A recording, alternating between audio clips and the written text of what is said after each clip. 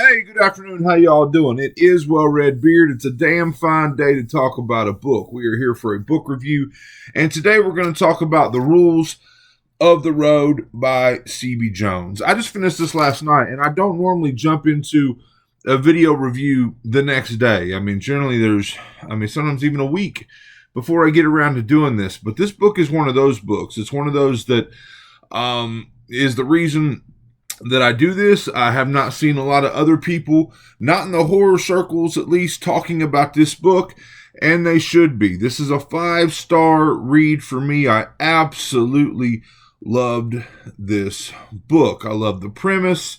I love the setup and the arrangement of it, and the way it's kind of a Mosaic novel of sorts, and we'll get into that.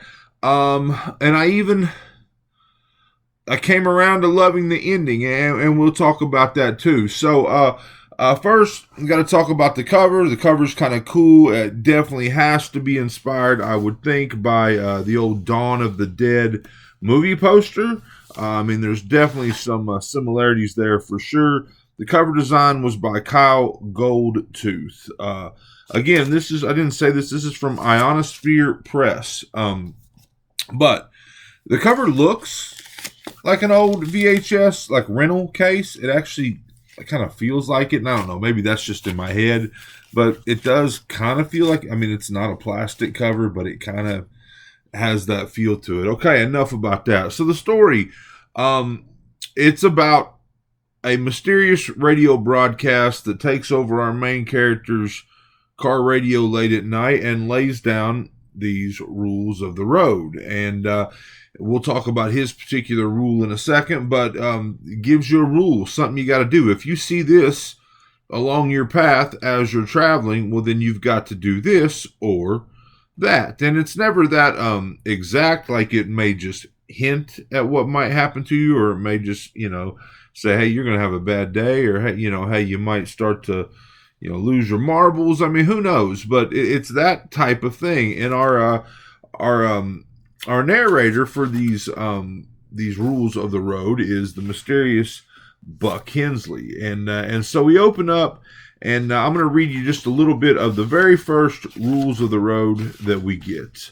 Howdy, folks. I'm Buck Hensley. He's got a hickish nature to him. Plays well with me. But and these are the rules of the road. Tonight we come to you with an answer to an age-old question that has perplexed many of y'all out there. Why is it that when you're driving on some highway or busy interstate, you sometimes look out at the shoulder and see a single, solitary shoe? How did it get there? Where is its owner? Why is it only one shoe? We'll try to answer that, but once you learn this rule, you may never look at a single shoe on the side of the road the same way again. In fact, it would be downright deadly not to. So, the mysterious shoe on the side of the road. I literally was driving from here to town one day, and that's 3-4 miles to the little bitty town that I'm close to, and there was snow. Probably 3-4 inches of snow on the side of the road, and right there on the side of the road in that stark white snow was a bright pink Easter basket. And I have no idea why it was there or how it got there, but it was just kind of a freaky scene, and it really sparked all kinds of thoughts in my head. And this kind of feels that way. You've seen it before. You've been walking around a city, or you've been driving, and you've seen a single shoe, a flip-flop, or a tennis shoe, or whatever it is, a boot. You've seen that, and you're like, what the I get it, somebody cast off their old shoes, but why just one, So anyway, in this particular case, our main character in this book is told that if he sees a solitary shoe like that, he is to put a sock in that shoe, because apparently the person that is missing that shoe, when they find it, they'll need a sock. I'm just kind of going off the cuff here, but you get it. He has to put a sock in the shoe. So he's driving along. He sees a shoe. He takes his sock off, puts it in the shoe, and we go on about our business. According to the way this thing is supposed to play out, he is supposed to now be unaffected because he followed the rule. But he's stuck with this for the rest of his life now. He carries, packs of extra socks in the back of his car for any time that he sees a shoe. Anyway, so it didn't take long, and he started to realize that there were other versions, other people that have experienced the rules of the road, and they're always different. It's always Buck Hensley, but it's always different. There's always some other rule to the road, and he has set up this website to gather these stories because he wants to figure this out. He wants to know what the fuck is going on. Who is Buck Hensley? I mean, it feels not of this earth. I mean, the guy knows things he shouldn't know. It gets to the point where it's not just radio broadcast. I mean, it can invade any type of audio experience, an audio book, a podcast, even a CD. Like one of our stories, a guy goes in and buys like the new Pixie CD, and he's listening to the Pixie CD, and Buck Hensley is able to break in on that. I mean, clearly it's not there. When you play the track back, he's not there, but he's able to basically take over any audio listening experience and provide you with a rule of the road. I mean, some of them are if you pass like a truck stop, you have to go in and find the keychain that you always see with your name on it. You have to buy that. Some of them are, if you get stopped at a train crossing, you have to hop out of the car and do the full circle and get back in. Some of them are if you pass a cemetery, you have to hold your breath through the complete distance it takes to get past the cemetery. And some people, most of these stories after our main character, right, for whatever reason, they are unable to complete their task. There are a lot of cool musical references throughout this thing. A lot of stuff, a lot of different. I mean, there's one of the rules is if Freebird comes on, by God, Freebird, you better listen to the whole damn thing. Do not change it. Listen to that entire 9-minute song or however long it is. All the intro, the outro, the guitar solos, you better not change that channel. Bunch of different rules, bunch of different consequences. But so after our main character, the vast majority of these people, maybe all of them, I can't remember, do not succeed in completing their rule or following their rule, and then they face the thing that was the consequence, right? And some of them are localized things, like feel like they just affect the person involved. Some of them affect every single person around them. Like, for example, I'm going to go briefly into one of the cases, and it was it was a church group like taking a trip down to Six Flags in Texas, and one of them, it's actually the same story with the Pixie CD. He's like, if you got to hold your breath past the cemetery. So he's doing it, man. He's got this new love interest. She's kind of out of his league, but she's on his side, and they're going past, and the rule,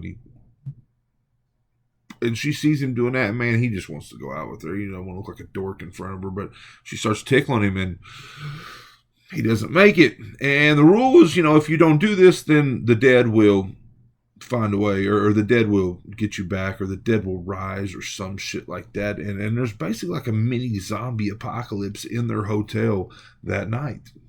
Pretty fucked up. It's probably the most extreme of the consequences, I guess you would say.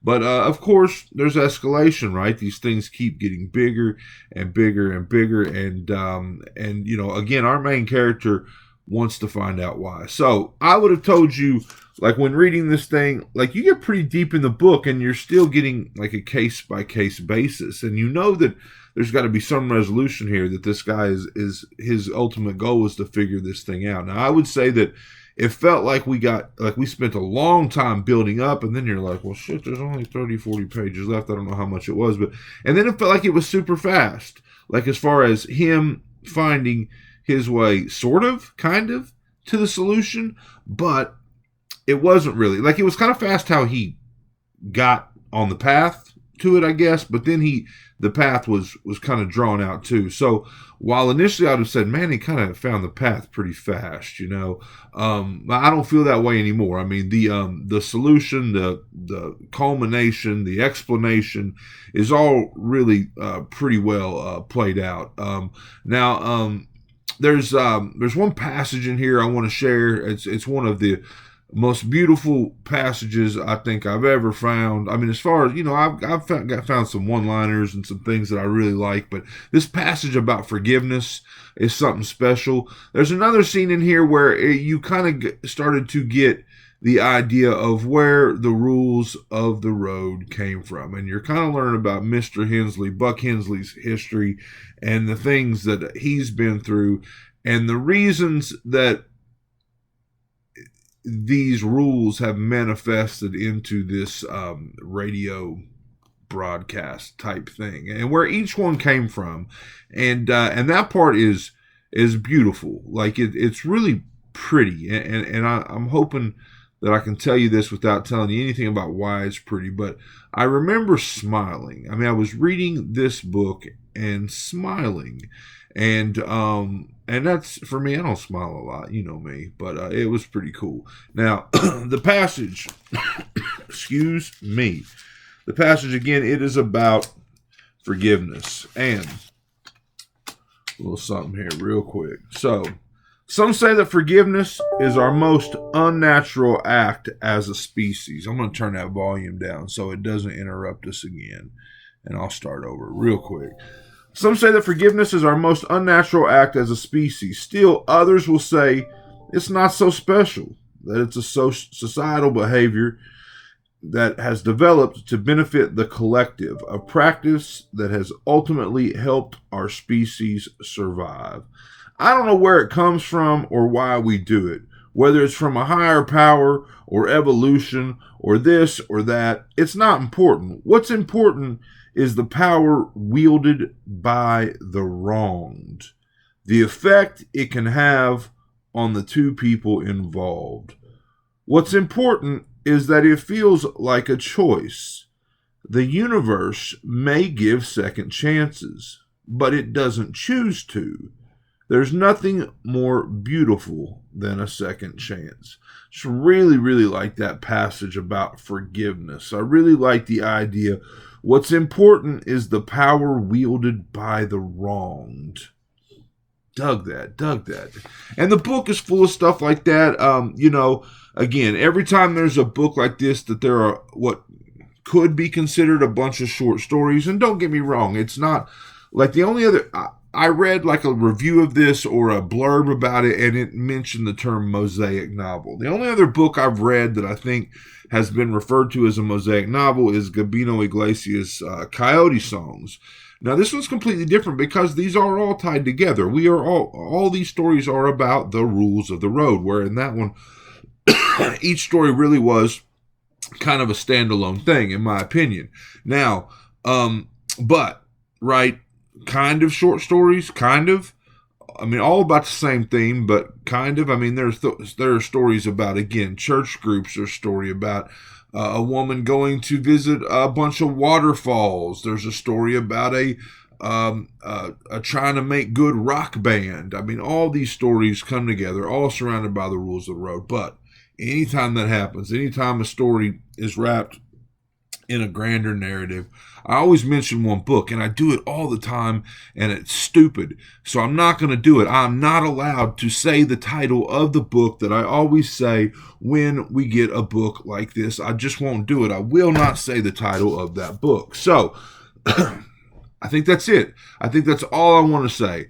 The ending, for me, the ending was still probably my least favorite part, but I came around to really loving it as well. But the premise, the idea, the rules of the road, we start simple with the shoe, and things get bigger and bigger, and the consequences get bigger and bigger, and you're invested in all these individual stories, and you know that in probably a lot of cases, we're reading some of these, after these people have died or after these people have come into some really bad fortune, because of all this, and we just want to know why, and our main character wants to know why. We want to figure out who Buck Hensley is, and in the end, we do deeply figure out and understand why this happens and who this person was, and it's a cool-ass book. It's original as hell. Again, it's by C.B. Jones. I want to say this is his first novel. I could be wrong. I'm not going to swear to that, but it's a badass book. I loved it. And I get a lot of very, very, very good independent small press horror books. A lot of them, and a lot of them are good, but I've got to kind of find the cream. And that's my goal anyway, is to try to find the cream for you to mine this, this genre. And this is the cream. I absolutely loved this book. It will be talked about at the end of the year for my favorite novel of the year, my favorite small press or horror or whatever it's going to be. I say that because you guys know that I read Betty by Tiffany McDaniel this year, and that book, love that book. But when I break it down to like the small press stuff, this will be talked about for my favorite small press horror book of the year. I'm not sure exactly where it falls. I know it's damn close to being top. Off the top of my head, I can't remember one that I've enjoyed more. So this is The Rules of the Road, C.B. Jones, Ionosphere Press. I loved it. And again, I don't know, a lot of people are talking about this one. These are the reason I do this. When I find a book like this that not a lot of people are talking about, and I can tell you that I loved it, and I can tell you that it's 5 stars, yeah, that's why I do this. The Rules of the Road, C.B. Jones. Well-read beard. I hope you enjoyed it. I hope you are having a fine Friday. I couldn't wait to talk about this. Like, honestly, I was 200 pages into it, and I wanted to break the news. I wanted to tell you, oh, my God, how much I was enjoying it, but I waited, and I finished it last night. I couldn't wait any longer. I had to tell you right now. This is one of those. This is one of those books. Check it out. Well-read beard. I hope you enjoyed it. Hope you're enjoying all your books as much as I am. If not, you're reading the wrong damn books.